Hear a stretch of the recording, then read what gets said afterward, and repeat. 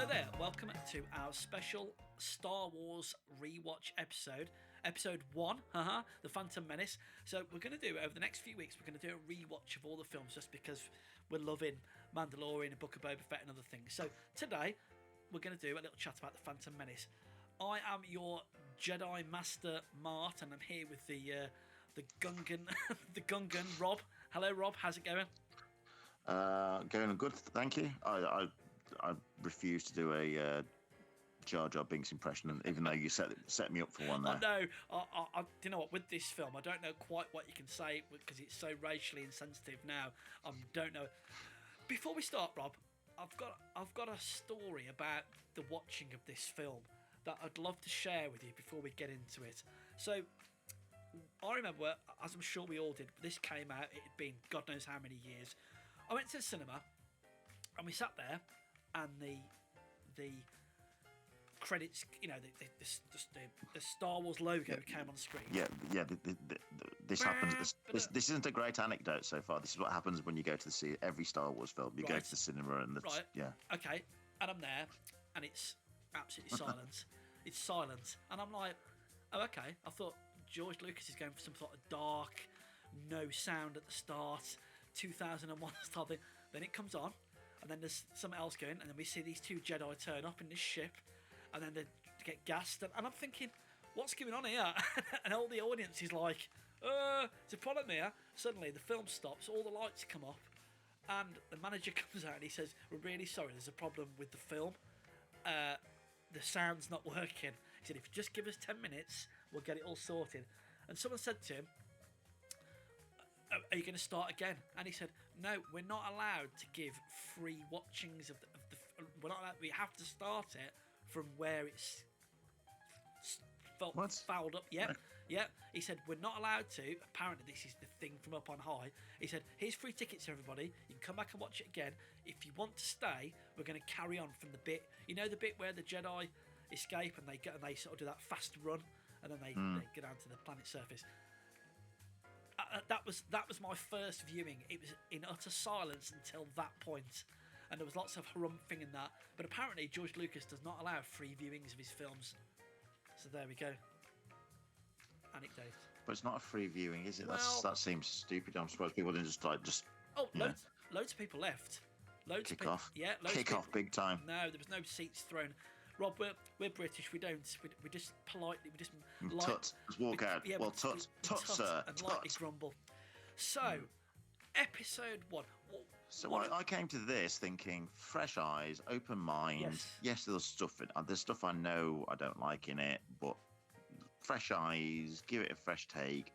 Maybe it's okay.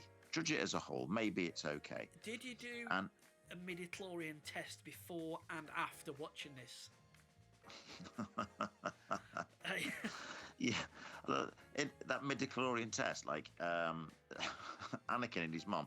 This guy turns up, they don't know who he is, and he's just like, your son's quite special. Can I have some of his blood? Yeah, fine. Yeah, I don't mind. Mind if I put him in a dangerous car race so I can get out of here? Let's go for it. Yeah, that's fine. Yeah, just do that. Do you mind if I just take your son away from you? He's going to be a Jedi, honest. Yeah, just take him, that's fine. No idea. She's like the world's worst mother. So why she trust him so much? What she know Jedis are and all that sort of stuff? Rob, forget Jedi mind tricks. I've used a Jedi mind trick on my wife, and I've convinced her to watch this 11-film series with me. I must admit, it started, and I was like, you don't want to go upstairs and read a book. You don't want to go upstairs and read a book. You do want to watch people looking slightly too high at Jar Jar Binks or slightly off to the side. So it started, and I was like, oh, come on. Yeah, look, the nostalgia for the music, all that. And I was like, okay, yeah, you know, the Jedi are here. That's quite Don't you still get a buzz? Don't you still get a buzz when the lettering goes? Absolutely. Yeah, I still do. And I was like, I recognise that British actress. I recognise that British actor. So on and so on and so on. And then they say, right, we're going down to the planet's surface. I've got to be honest, the second they meet up and the Jar Jar's there, I kind of had my hand to my face a little bit so I couldn't look at her, at my wife. Because I was like, this has aged really badly.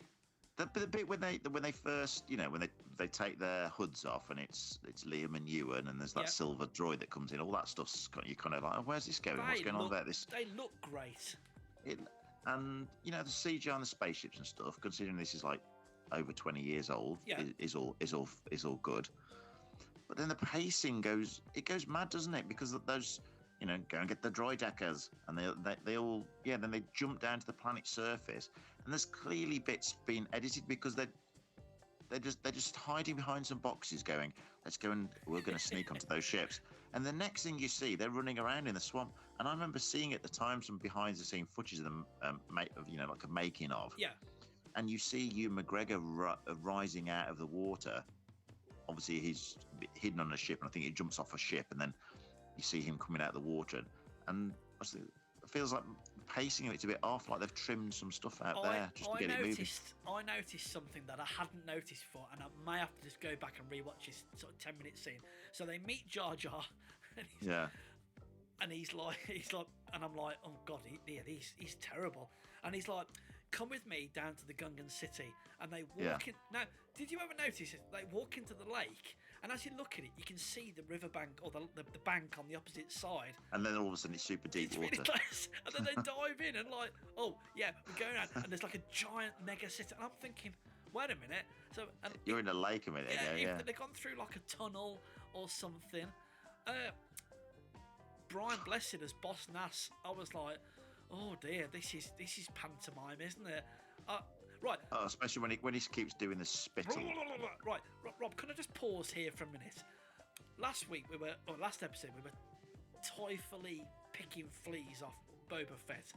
I'm just going to say, right, before we carry on, I love Star Wars. I love everything to do with Star Wars. I love this film, even though I'm going to pick fleas off this. I'm just... We sound like we're just moaning about it. I think we're lovingly jibing it. I'm going to say some positive things in a moment, but I just don't want to put listeners off thinking we're just going to moan about it for the next half an hour. Please it's continue. Still Star Wars. Please continue. It's still Star Wars. It is. Yeah, I think because what's amazing. I mean, Jar Jar was kind of. This was the first time someone had done like a CGI character interacting like this. So it was kind of groundbreaking. The stuff that's dated it from effects wise is all the material and the fabric, because Boss Nass's clothes look really bad. Yeah. The material stuff. I mean, having Jar Jar and this, the defense of this film is often well, it's a kid's film. You're not a kid anymore. You've just got rose tinted spectacles when you were a kid. Yeah. You're an old man now. This isn't for you anymore. And I say pish to that, because no, there's no excuse for that. You can't just go, oh, but it's aimed at kids, so you're just being picky. Because, well, okay, there's good kids films that come out now that we were just talking about School of Rock the other day, but yeah, I'll counter that with okay. In Empire, they're having to cut open a tauntaun, and they've got is it a wampa? Yeah, like ripping people's arms off and things, and that's quite scary kids sort of stuff. So yeah, I say tish and pish to you, Blackadder, with that. So yeah, I think the Jar Jar stuff. I mean, right, I can't cut it any slack. So I'd forgotten. I remember all the main bits from this film, right? I'd forgotten quite a lot. So they meet Princess Amidala. They're there. I quite liked seeing the bits with Palpatine, and I'm like, good. I'm looking. Yeah, he's all right. Yeah, because he's playing He's playing it like, was it House of Cards, that British TV show with like the sly politician? That's I know that. Yeah. Sorry, Rob, you're cutting out the set there, Rob. Sorry, say again. I'm saying it's like a self-aware sort of thing, isn't it? Yes. It's not going to pull your wool over our eyes. We all know who he's playing. But the way he's just like slightly smirking, like the people around him don't know, but the viewer knows. I think all that stuff with the Senate, even though Terence Stamp looks very frustrated because he's not got much to do, all that Senate stuff and how he's weaseling his way into power. Yeah, I think that's okay. I think that's all right. Did you look out for E.T., by the way? I've spotted that before. Yeah. So here's something. So as we're doing it, and I know I mention this all the time, my wife sat there with IMDb and she said, "Oh, did you know this?" Now I know a lot of factoids about Star Wars. I'd forgotten it was Keira Knightley, wasn't it, who plays Yes. Amidala's. So, Rob, here's this for my weird life imitates art imitates. So you've got Natalie Portman, and then Keira Knightley is a Natalie Portman lookalike, standing as a Yeah, she's like the maiden. handmaiden, isn't she? Yeah. But when you watched Force Awakens, Daisy Ridley really looks like Keira Knightley, and I'm like, wow. I don't know what it is. There's some circle of life going on there for me. It's like, do you get where I'm coming from? It's like how we've got that sort of continuation of kind of look-alike female characters throughout this. I just thought it was something sort of like, because whenever I see Daisy Ridley, I'm like, oh, don't she look like Keira Knightley? I've never really noticed that before, to be honest. Oh yeah. So then we go, and I've got to admit, I'd forgotten. So they get in their ship. They say, right, we've got to leave. We've got to get to Coruscant, and they're getting shot. I did. I went, oh, it's R2. oh, I forgot R2 was in this. So he's out. He's repairing the ship and all that. And then they go down. I'd actually forgotten how they get to what makes them go to Tatooine. So I was like, oh, of course, yeah, they got shot down and this. Then suddenly they're on Tatooine and Jar Jar's standing in poop. Yeah, it's been CGI'd, added in later. In terms of the tea test, by the way, the cup of tea test, this film had failed in the cup of tea test by now for me. Right. And the first bit that failed it for me, when they go in the ship with Jar Jar, and they're saying, oh, well, you've got to take a ship to get off so you can head off to the Naboo city. And I know that bit when they fly through the caves and it's, there's always a bigger fish and all that sort of stuff. Yeah, that was And I remember how bad that was. And during that bit, I nipped out and got myself a drink because I knew that bit was really crap and I'd be back in time for them to turn up and save the Queen. Yeah, that's not good, is it? I don't really like those weird-looking fish very much. Not great. It's all a bit too frenetic at the start as well. It's just, go over here, now we're going down here, now we're going under the water, now we're out the water, now we're going back through a tunnel, and now we've got to go and save the Queen, and there's some robots over there, let's go and fight them, let's fly off in our ship. Before they get to Tatooine, it's really frenetic. Right, I'm going to throw this out there, and I promise I won't keep going on about it, even though I'm watching Clone Wars, and it's grating already, and that is these droids, these Raja. It drives me mad, and there's a particular scene, when they're about to fight Darth Maul, and he says, we're taking this ship, or is it the start? We're taking the ship to Coruscant, and he goes, wait a minute, no, you're under arrest. I'm like, that's just awful. It's just shoehorning in some comedy stuff. So they get to, but you've got to, I think you've got to have them like that though, because you can't have Anakin mass murdering people. Well, yeah, there is that. It's that ability to kill lots of. It's the Marvel. Is it Infinity War? Is it Endgame? When they're at Wakanda, and it's loads and loads of CGI things that have got no life to them because that you don't care about. Because otherwise, the Jedi would be. I mean, imagine the bloodbath when the Jedi are just like, oh, there's like 10 guards over there, and Obi-Wan goes over and goes, I'll sort these out, and slice, limbs everywhere. Yeah, that's fair. So I think it's just a necessity. Yeah, I'm not a big fan of them, but I kind of get why they're there. So I find the first half a bit here, a bit there. It's like, oh yeah, we've just swum down to the Gungan city, but our clothes are completely dry. All of that, it's a bit. And then you got all that, and then was it Anakin turns up, and then you got all that Watto stuff. Oh, now that's terrible. That's just. And I mean, at this point, Natalie Portman was doing my head in. She's very wooden, isn't she? I would get if she was having to play the Queen like that. The direction from George Lucas was aloof, to play it like that, like really straight faced. Show no emotion to these people that are attacking your country. Do you think Natalie Portman's a good actor generally? Yeah, it's weird though because I think she is, and before that she was because she was in Leon before this, and everyone was blown away by that. I found her really annoying in the film about Jackie Onassis, but I don't know if that was just her doing a really good impression of Jackie Kennedy or not. I don't know, so it was hard to judge. Yeah. But generally, I think she's really good. But her line, she's so dead-eyed in her lines. Yeah, Are you an angel? When she meets him, Yeah, are you an angel? It's like, oh, yeah. So I know everyone's done this. I was trying to work out the age differences, then moving forward. 5 years, 9 and 14, are they meant to be? Right. So yeah. So that's doable. I guess that works. And then Don't say it like that. Well, I'm just thinking he That's goes from doable. being a little kid to like a man, fairly, over the course of the next couple of films. Whereas Yeah, I don't know what the age difference is between the actors in the second one, really. No, well, we'll find out soon, won't we? So, yeah, now then. So, I know I sort of teased you last week saying how Greg Proops this film is and it dates it. Pod racing is still great. Pod racing. I don't think so.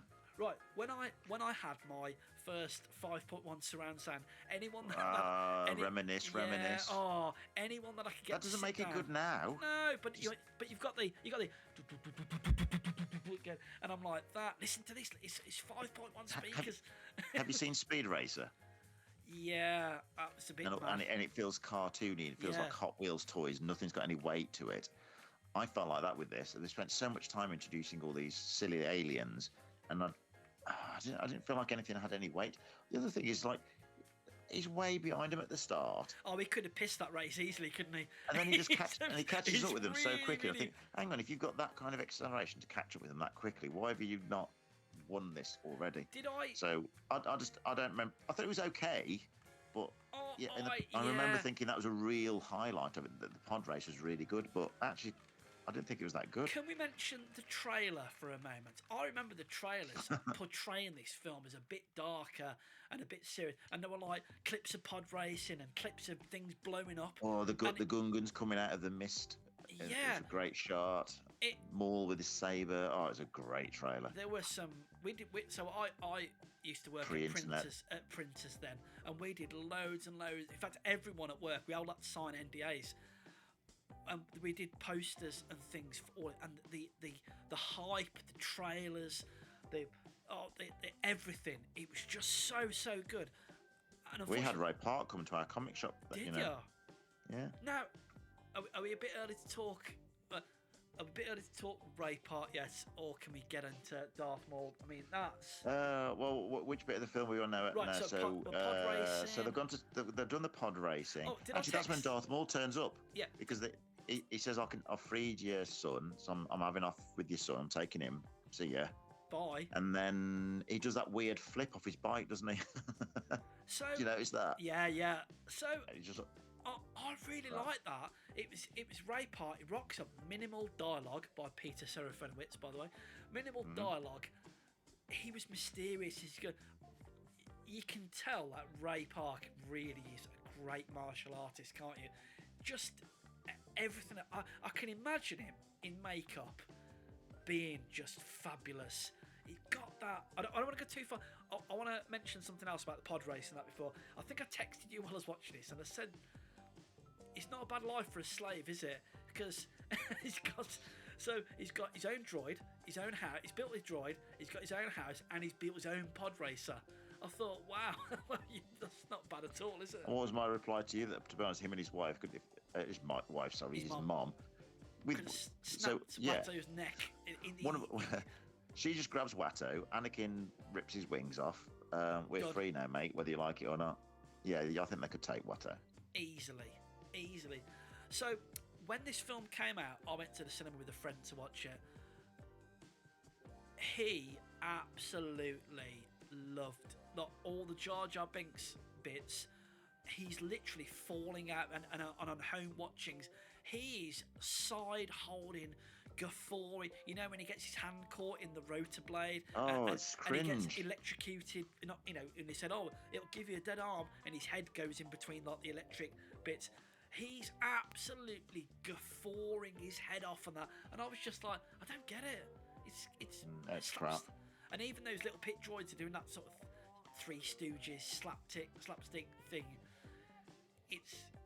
But from this point onwards, I then feel the film then works better for me. It then gets going. Did you know? By this point, had you noticed what I messaged you about? Had you noticed Ewan's hair changing all the time? I hadn't until he texted me, and I was like, oh yeah, there's definitely some reshoots or wig changes. Yeah, I think his is clearly wearing a wig in quite a lot of scenes actually, but his hair's like a slightly different texture because it's thicker and it's a lighter colour, and it doesn't look right. It wasn't that jarring for me. It didn't. I can't not notice it. It was just anymore. too much for you. For me, that scene, I used to have this on VHS cassette, and I'd always fast forward to. It's the Anakin flying off in his little pre-Mandalorian ship, and it's the fight with Darth Maul. I think this still is one of the best fights in all of Star Wars. I think it's just brilliant. The three, you can tell when. Well, in our rewatch, it's the best one so far. No, I cannot think of a better. I do like the fight between Obi-Wan and Anakin on Mustafar. Okay. I think that's really good. I think because it is. I mean, the doors opening and the Duel of Fates music's all brilliant. Oh, it's fantastic. And the absolute best bit of this film is the few seconds where just after Qui-Gon's dead, and Ewan's there, and he just does like a little bit of he does a bit of a shouldery thing, doesn't he? Like he's pumping his guns with his arms. It's like getting ready. Yes, and then he just comes out sprinting, and the camera doesn't, and he doesn't edit, doesn't cut, does it? And it's just the two of them on screen next to each other. Bam, bam, bam, bam, bam. Yeah, and he catches you know it from what? behind him. And because at that point, couple of seconds is fantastic. At that point, I kind of thought to myself, you can see the difference here between Liam Nelson, for anyone who watches our Instagram, I'm just teasing Rob there, between Liam Neeson's fighting style, but Ewan McGregor or Obi-Wan, he's really at it there, isn't he? Well, they admitted that, I think in interviews, like Liam said he found it really hard. Yeah. And then Ewan was just, I'm going to go full in for this. This is great that I get to do this for a film. I watched. I love Liam Neeson. I love Qui-Gon Jinn's character. He's fantastic. I like him. It's a shame it's one film and done. Yeah. Him being a rebel Jedi Knight that's just, annoying the council a bit by wanting to do things a bit rebellious. He's fantastic. He's great. Fantastic. And he acts everyone off because he's oozing megastar, superstar quality. Although I'm not going to talk about it here, Rob, because we're trying to keep it family friendly, but we were talking about his scene from Life's Too Short, weren't we? So that was really funny. But yeah, he's fabulous. I remember watching some behind the scenes stuff, and they said Ewan McGregor and Ray Park, they got fairly battered with each other practicing because it was just, so intense, so good. So far, even though I think it's still going to be really, really fabulous fight scenes. It is cool when the two of them are moving towards him, and he's got the double lightsaber. It's one of the things I did actually. When you were saying about rewatching these, are we going to notice things a little bit different? Yeah. So obviously, I've not watched this since I've watched the Clone Wars TV show, I think. Okay. So I've obviously used to the return of Darth Maul with his metal legs and everything in the Clone Wars saga and what happens with that, and it appears at the end of Solo film as well, doesn't he, and all this sort of stuff. And then actually watching this back now, thinking it's ridiculous that they thought it was okay to bring him back, because it's not just his legs that are cut off; he's lobbed around about his waist, isn't he? Yeah, he's proper. I mean, again, he's lobbed in half, and then he falls, and you see him bouncing down that shaft. There's no one. Now, if they'd have said, "Oh, we've cloned him," fine. You could have had an army of Maul clones, because cloning, it's in the Star Wars universe. Use that. Well, he's lobbed in half, falls down a shaft. Why is Qui-Gon Jinn dead so quickly then? Because he's had a lightsaber just poked through his belly, and he's dead. But you get lobbed in a half, fall down a shaft, and you're fine. Is it because Maul's species are more resilient to the dark side? Yeah, you can. What is it? Is it Darth Plagueis that can even reverse death itself? It's that, isn't it? But in you'll have to. So I'll find this out when I watch Clone Wars. Is he as nimble on his robot legs, or are they a bit clunky? You'll see what they did. They kind of, there's a bit of an evolution in his. Oh, is that right? Okay. In his body and also his mind when they first find him as well. It's clever how they do it. It is actually good. That's good. You mentioned earlier on in this episode about the bit we know when the sound went off, and it's just around about the time they do that little fast run off. Yes. Is this the only one when they do any of this fast stuff? Because they do a little fast run there. Even that fight with Darth Maul, there's a bit where Ewan McGregor does a massive jump, doesn't he? Yeah, Because he's really been high knocked jumping. off, Yeah, yeah. and he does a super high jump. And it's like when it suits. I mean, why aren't they doing super high jumps when they're fighting all the time? I don't know. And do you know something else that's, again, perhaps in modern sensibilities, I feel like it could have been, again, Rob, we're picking apart George Lucas's stuff, so but it's that Ewan McGregor, I'm hanging on the edge of this pipe that I'm hanging down. Let's take a really good long look at Qui-Gon Jinn's lightsaber over there. I'm looking at it, and then suddenly it's jump up, and then I'm going to jump in there, grab it. You know when we talked about Cad Bane in a previous episode, yes. Like I'm the fastest shot in the West, but you lying on a stick on your back, you can get that out and knock me off my feet. Yeah. So Darth Maul's awesome, and that he's Obi-Wan jumps up in front of him over his head, catches the lightsaber, slices him up. All the time, Darth Maul's going, "Whoa, what's going on? I'm dead." It could have done with an instance of a sideways glance, or just the camera seeing his lightsaber, or something, even just it, where it just sort of, making some contact with his lightsaber, another couple of parries before he lobbed him. But I guess it's like, we things like that because we've seen it so many times. I guess exactly, those sort of things are slightly annoying. Sorry, go on. I was just saying that how Darth Maul survives is something which I don't remember being particularly bothered with before, but that really bothered me now. Padme's acting is really annoying me. The city of Naboo itself. Let my people die while we do nothing. Yeah, it's pathetic. The city of Naboo still looks amazing CGI wise. It does, but you commented on the Battle of Naboo, the grass, and I've heard it called the Battle of Naboo takes place on Windows 95 desktop. It's very, very... Yeah, it's very weird because when they first land on Naboo, and I know it's not like one planet is just going to have one type of terrain. That often does in Star Wars, isn't it? Water world, snow world. We've talked about this before as well. It's all very swampy and forests, and then you've got this built-up city in Naboo, and then they go to this battle, and it's just this big open... It's Teletubby land. Yes, it's just this massive, perfect green field with perfect blue sky.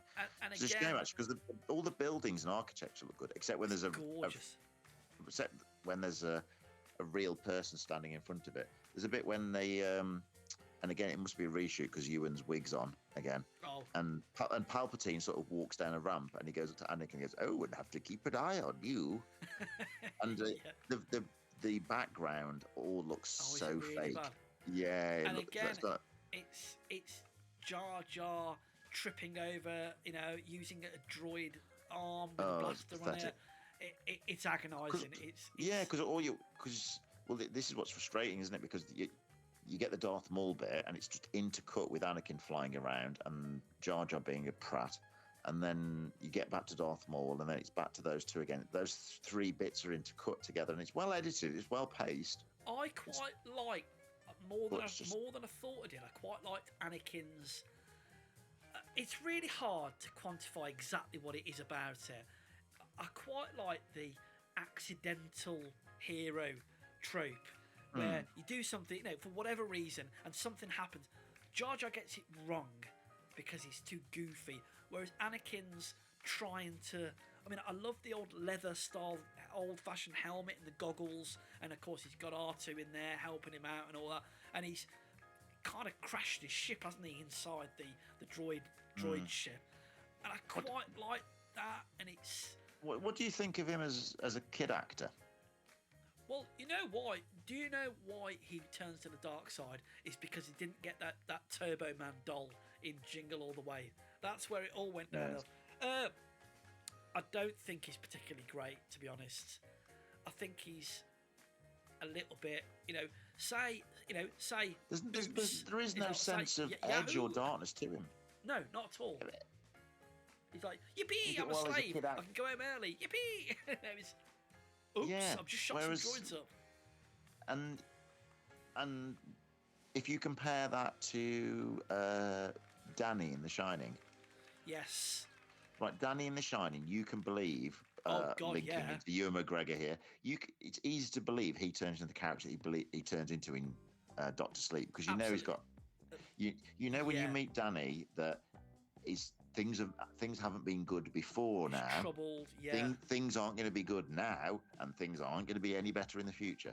But with Anakin, he's like meant to be a slave, but you get the feeling that everything's been fine, and this is all fine, and it feels like everything's going to be fine in the future. There's no edge, there's no darkness, there's nothing there. Because the second he goes up to the council, they're all like, "Oh, we're not sure, it's a bit dodgy," and you're thinking, why are you thinking that? He seems fine. Yeah, so I put on my notes, do you think the Jedi Council come across as a bunch of a-holes? They're a bit, I find them a bit dismissive, and I'll turn to my wife. Samuel L. Jackson's cool though. Samuel L. Jackson's just so cool as Mace Windu in this. He's just brilliant. But Yoda's like, you're thinking of your mother. Oh, that's fear. And I turned to my wife and went, he's 10. It's the first time he's ever been away from home, and he misses his mom. He left yesterday. So what you do want is some 10-year-olds that just turn up and just basically go, no, I'm fine. Yeah, I'm fine now. Yeah, say bye to my mom now. Yeah, I'm over the separation anxiety of my sole parent not being around anymore. Maybe there is an expanded Star Wars universe, more study into the Jedi way. It's not actually that good for your mental well-being. All their conversations remind me of something else I was watching it, actually. They talk a lot about he could be the chosen one that brings balance to the Force. Yes. Is that actually resolved in the Star Wars saga? Who actually is the chosen one? Because has he brought balance to the Force by basically eliminating millions of people? Or does because he kills the Emperor, he's the chosen one, but it's a long way around it. He's had to kill a lot of people to get there. Or does Rey become it when she's Palpatine? When she sort of kills Palpatine and she's brought Kylo Ren on side? I'm not sure that. It'll be interesting in the rewatch how much they bang on about it, because they mention it a few times in this one. It feels like it just gets dropped. Resolved? It feels like they did this, and then there was a bit of rethinking. We're like, forget those midichlorians, and forget this chosen one's scene. Oh, and the Jesus birth as well. Let's forget that. Yeah, that's bad. That is.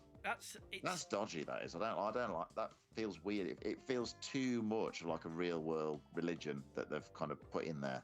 I think there's lots and lots of ideas here that he's trying out for size. Star Wars Phantom Menace probably did. I think it did well enough, didn't it? They made so many more. It would have made tons of money, wouldn't it? Yeah. It made a stack of money, and then perhaps his team of writers said, actually, this didn't really work. That didn't. We need to trim this down. We need to have Anakin go from cheerful 10-year-old to really, really broody. I'll keep this for episode 2, but I find Anakin goes over far too quick and easy to the dark side. Now again, I don't know what it's like. Perhaps I couldn't write anything better. I'm sure I couldn't. But other like Obi-Wan, he has plenty of upsets in his own life. But I'll never talk about again. Maybe we'll save this for the next couple of films. But yeah, we'll I'm interested to see watch. So they've got the return back to Naboo. They rescue Amidala. They take over the Viceroy and all that. What do you think of the very last couple of minutes? The Gungan musical marching band and that's okay. No, because it's like the end of no. I could have done with it there and then. I like seeing. And then she gives Boss Nass some like one of those balls you see in science museum shops. Rob, you put your hands on. Have you ever burnt a body? Right, I haven't. Oh, right. Oh, no. they've got Qui-Gon. They take Anakin to go and watch Qui-Gon get burnt, don't they? Yeah. They're all standing really close to it. Really close, and I'm thinking that's got to smell. That's really got to smell. Again, Anakin is. You want to know why he turns to the dark side so quickly is because basically he's gone off on this great big adventure with this guy who dies kind of straight away, and then he's standing like within a meter of him, watching him being burned, the corpse being burned, and they're all the council just standing around, super close. There's no space around them at all. They're not social distancing. Well, absolutely not. The stink of that burning body, that is weird, isn't it? Maybe. I like with his new haircut. I like him with his new haircut. I remember buying a figure of that, actually. I can't stand the Padawan haircuts. I think they're terrible. Padawan haircuts. There's a new podcast for us, Rob. So maybe it is. Maybe that's the thing. Maybe you've just hit the nail on the head there. He's taken away from it. So he's never had a dad. He's taken away. His only dad is probably Watto, who's just horrible to him. He's been a slave. He's taken away, and then his mentor gets killed. Obi-Wan probably isn't really ready to have it. The Jedi Council are telling him that he's worthless and crap all the time. Then he has to watch his mentor burning to death. So maybe he's already on a downward spiral. Maybe that is it. You know. Yeah, and all he's thinking about all this time is just Queen Amidala. That he's obviously taken it. His hormones is kicking in by the end of Phantom Menace. That he's when he gives that cheeky smile at the end. Is Yeah, he's got some midi-chlorians going around then, hasn't he?